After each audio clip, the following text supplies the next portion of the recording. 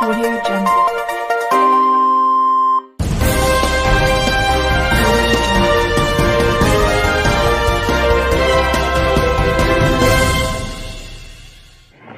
रावेर नगर के नगर सेवक माननीय श्री आसिफ मेंबर, माननीय श्री आसिफ असद मेंबर, माननीय श्री सलीम सर, माननीय श्री गयास काजी, माननीय श्री आयुब मेंबर, माननीय श्री इरफान सेठ, संजय गांधी निराधार समिति के सदस्य, माननीय आरिफ भाई, माननीय रफीक भाई, माननीय श्री घनश्याम हरणकर जो संजय गांधी निराधार समिति के सदस्य हैं, माननीय यूसुफ भाई, माननीय रशीद रईस, यहाँ बैठे हुए सारे सम्मानीय मोहतरम और मेरे जवान दोस्तों, मुझे बहुत खुशी होती है कि भुसावल की तरफ से कोई एक संस्था आती है दिव्यांगों के लिए काम करने वाली और यहाँ पर ईद मिलन का प्रोग्राम आयोजित करती है।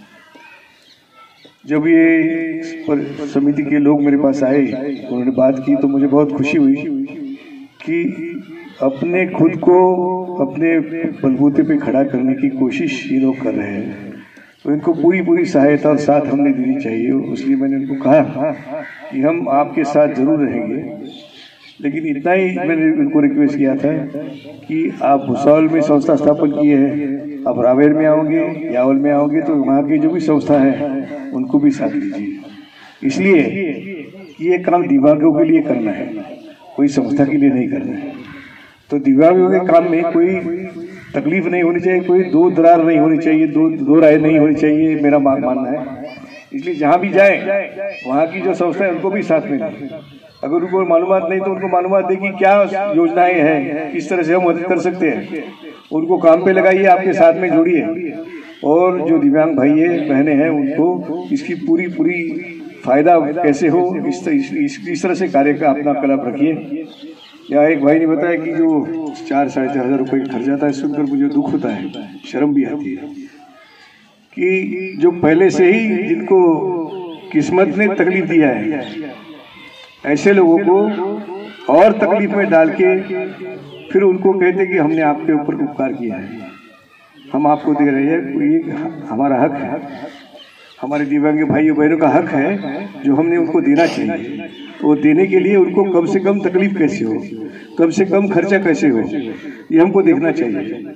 और ये काम इन संगठनों के सब पदाधिकारी जो मेंबर्स है उन सबने करना चाहिए। हम आपके साथ पूरी तरह से खड़े रहेंगे। जो प्रॉब्लम से मेरे समझ में आ रहा है, जहाँ रावेर तहसील की बात है, बैंकों की बात है, तो हमारे कार्यकर्ता आपके साथ आएंगे, चाहे बैंक हो या तहसील ऑफिस हो, जहाँ पे कोई आपको मदद चाहिए, कोई सपोर्ट चाहिए, फॉलोअप करना है, वो हम उनको बोलेंगे, वो आपके साथ आएंगे, वो फॉलोअप करेंगे। कम से कम खर्चे में हमारे भाई बहनों को ये फायदा कैसे मिलेगा, ये कोशिश हम करेंगे। रही बात इनका जो सर्टिफिकेशन रहता है, वो सर्टिफिकेशन के लिए हम ये कोशिश करेंगे कि सिविल सर्जन के तहत ये सर्टिफिकेशन होता है, तो हम सिविल सर्जन को रिक्वेस्ट करेंगे कि हमारे पास 100 दिव्यांग भाई है, बहनें हैं, जिनको उनकी तफ्तीश करके उनको सर्टिफिकेट देना है। तो हम यहाँ पे कैंप लगाएंगे, आपको आप आइए, इतने लोगों को वहां जाकर तकलीफ करने से तो आप यहाँ पे आइए, तफ्तीश कीजिए, और जरूरत है तो हम उनको गाड़ी की व्यवस्था करके भी वहां ले जाएंगे और उनको कम से कम खर्चा लगेगा ऐसी व्यवस्था करके, क्योंकि मदद तो उसको करनी चाहिए जिसको जरूरत है, जिसको सब कुछ है उसका तो अल्लाह मालिक है, लेकिन जिसका कुछ न कुछ कम है, दिव्यांग हम बोलते हैं उनको सम्मान तो दिया है, लेकिन सही सम्मान हम तभी देंगे कि उनकी अपने पैरों पे बलबूते खड़े होने के लिए, अपना कुछ जिंदगी ठीक से इज्जत से जीने के लिए उनको हम सहूलत करेंगे, उनकी सहायता उनकी तरफ उनका हक जो है पहुंचा देंगे, तभी हम कुछ कर पाए, ऐसा मानता हूँ मैं। और इसलिए चाहे किसी से भी झगड़ना पड़े, मैं आपके साथ में हूँ, इतना आप विश्वास रखिए। सिर्फ मेरा इतना ही आपको विनती है, क्योंकि इसमें भी फिर सियासत आ जाती है कि रावेर में आए तो रावेर की संस्था को क्यों नहीं पूछा, रावेर में गए तो यावल की संस्था को क्यों नहीं पूछा। तो मेरा तो ये कहना कि ये सब आप भाई हैं, उनको भी साथ में लो, उनको भी रास्ता दिखाओ, उनको भी काम में लगाओ, तुम्हारा काम उतना कम हो जाएगा। ये समझ के आप काम करेंगे। मैं शुभकामनाएं देता हूँ इस संस्थाओं को, उनके पदाधिकारी को, उनके सब मेंबर्स को भी शुभकामनाएं देता हूँ। और इतना ही कहता हूँ कि दिव्यांगों में कोई मजहब नहीं है, कोई जात नहीं है, धर्म नहीं है। उसको मदद करना हर आदमी की जिम्मेवारी है। जितना भी हम कर सकते हैं हमने करना चाहिए, क्योंकि अल्लाह ताला ने जब हमको सबको दिया है, भगवान ने हमको सब कुछ दिया है, तो जिसको नहीं है उसके काम आना ये हमारा भी कर्तव्य है, फर्ज है, वो पूरा करना चाहिए हमने सबने, किसी भी रूप से हो। ऐसी कोई बात नहीं कि 1000 रुपये दे दिए और बात खत्म हो गई, ऐसी बात नहीं। लेकिन उसकी तकलीफ हम कैसे कम कर सकते हैं, उसको अच्छी जिंदगी हम कैसे जीने के लिए साहस दे सकते हैं, ताकत दे सकते हैं। इस तरह का काम हमको सबको करना पड़ेगा, तभी समाज के सभी जो घटक हैं वो इज्जत से अपनी जिंदगी जी पाएंगे। और ये करना हमारा सबका कर्तव्य है, ऐसा मानता हूँ। और ये संगठन के सब जो पदाधिकारी है, सदस्य है, उनको मैं शुभकामनाएं देता हूँ, उनका हौसला अफजाई करता हूँ कि अच्छा काम आपने कर रहे हैं यहाँ पे। और जल्द ही हमारे कार्यकर्ता, हमारे फर्जंद है धनंजय भाई, उनको मैंने कहा है कि रावी रियावल भूसावल की जो संस्था है उनके पदाधिकारी से मीटिंग करवाओ, यहाँ की लिस्टें है वो तैयार करो। रावी रियावल की जो दिव्यांग लोग हैं उनकी लिस्टें तैयार करो, उनको क्या सहूलियत चाहिए, किस तरह से उनकी तकलीफ दूर कर सकते हैं, किसका सर्टिफिकेशन करना है, किसको बाकी डॉक्यूमेंट मिलवा देने हैं, ये सब काम इकट्ठा एक साथ हम करेंगे तो इतना तकलीफ नहीं होगी। इतने लोगों को भागना नहीं पड़ेगा। काम इकट्ठा करके अगर उसका फॉलो किया तो एक आदमी इन सबका काम ठीक से कर सकता है। जहाँ जरूरत पड़ी उसको ले जाएंगे, लेकिन इतना सारा खर्चा, इतना सारा समय, इतना ताकत बर्बाद करने की कोई जरूरत नहीं। तो इस तरह का काम उनसे मैं करवाना चाहता हूँ आपकी सहायता से, ये संगठनों की सहायता से। उतना हमको सहयोग दीजिए, हम आपके साथ ही हैं।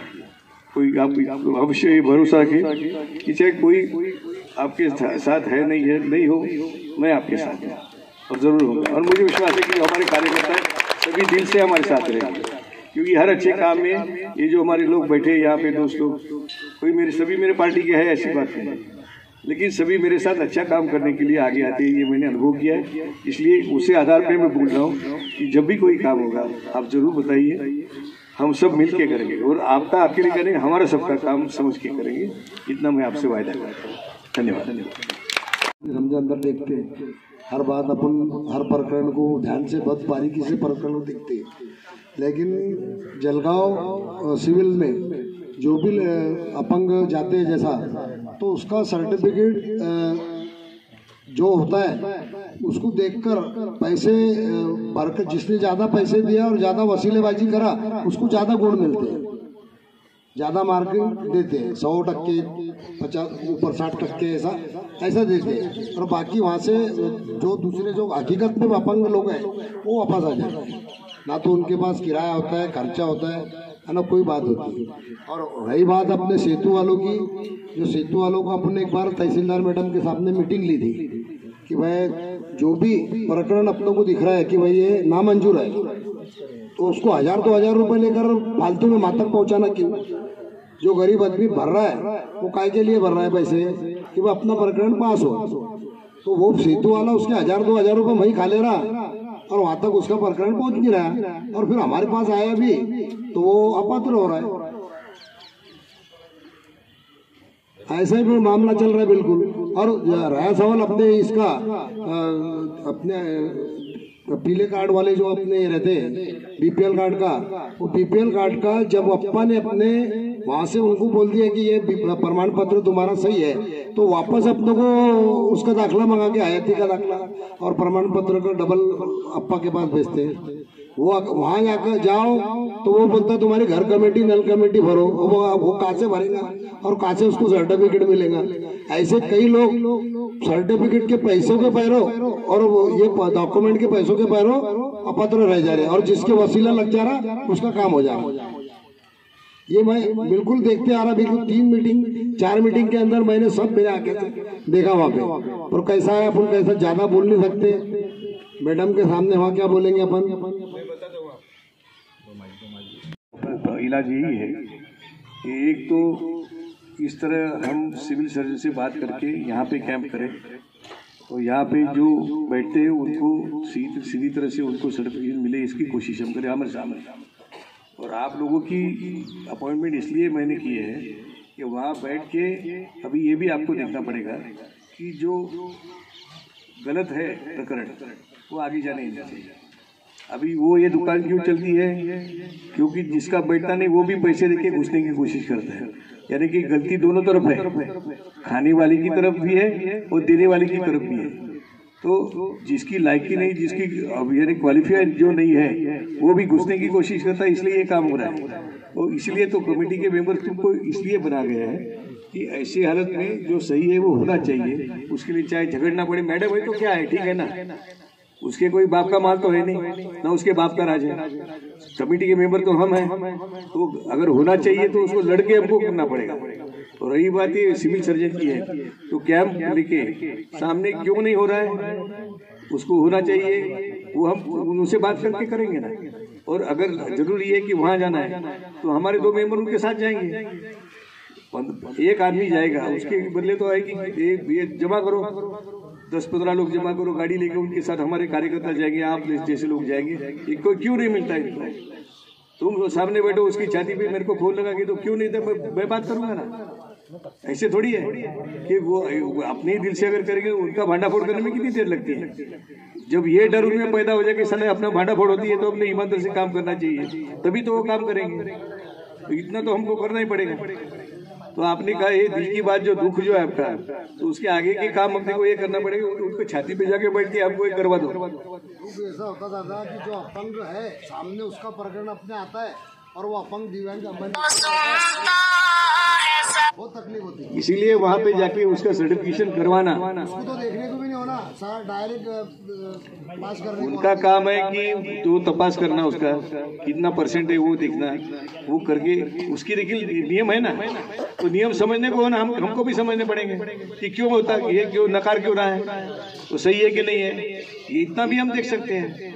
हमको देखना ही पड़ेगा। अगर काम करना है तो ये आखिरी हद तक जाना पड़ेगा, तभी काम होगा। और तुम काम करने वालों के बारे में डर तभी पैदा होगा, ये आदमी खोल दी अंदर रख जाता है, इसके सामने झिकझिक नहीं चलेगी, सीधा काम करना पड़ेगा।